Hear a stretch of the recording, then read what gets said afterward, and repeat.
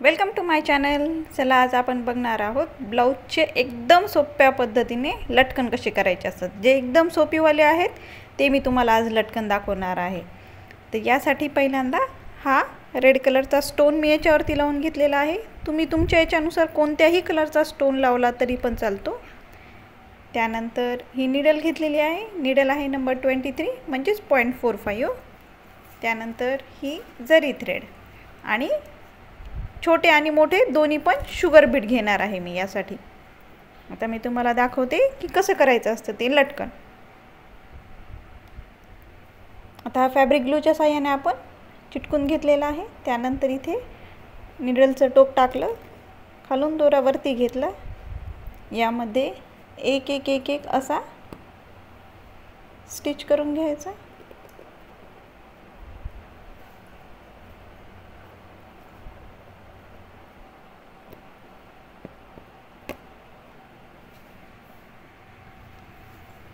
हे या पद्धतीने आपण गोल राउंड करून घेऊ।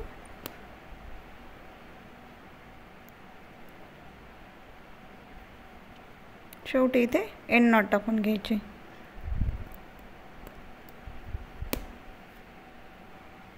आता यानंतर थोडेसे मोठेवाले जे शुगर बीट आहेत ते आपण याच्या भोवती राउंड करून घेऊ।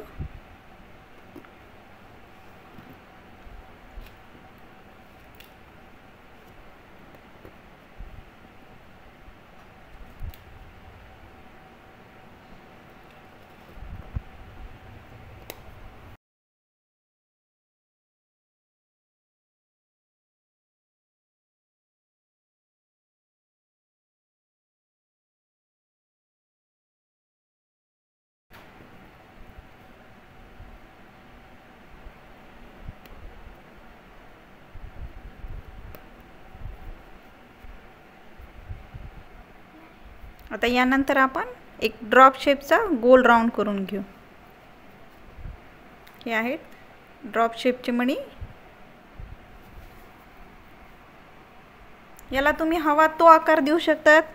तुमच्या डिझाईननुसार तुम्हाला लटकन तयार करता येतात। यामध्ये मी हे असं टाकून घेते।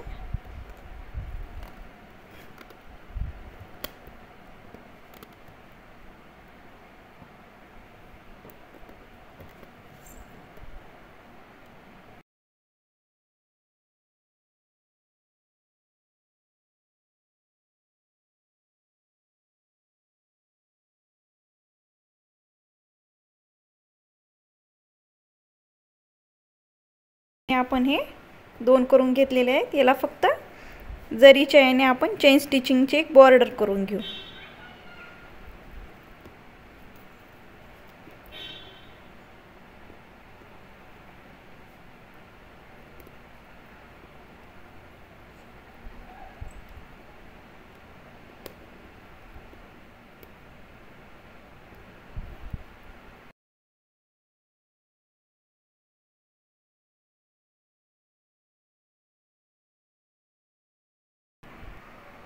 आता या पद्धतीने जे आपण गोल केलेले आहेत ना, यांना आपण कट करून घेऊ। आता यानंतर यांचे बरोबर जे काठ आहे त्या काठानुसार यांना कट करून घेऊ।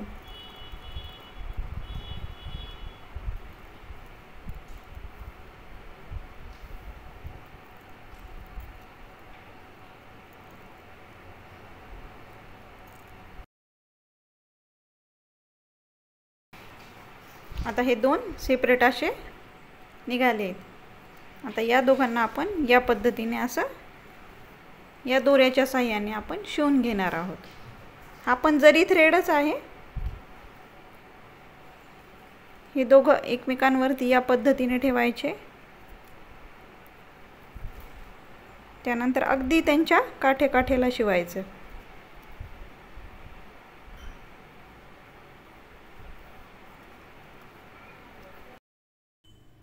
हे बघा, हे या पद्धतीने पूर्ण आउटलाइन पूर्ण शिवून घ्यायचं या पद्धतीने, आणि याच्यामध्येच दोरी टाकून देऊन हे असं पूर्ण स्टिच करायचं। बघा किती दिसताना किती सुंदर पद्धतीने दिसतंय। या पद्धतीने लटकन तयार होतं।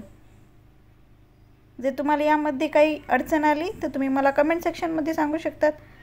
आणि प्लीज माझ्या चॅनलला लाईक शेअर आणि सबस्क्राईब करा. Thank you for watching.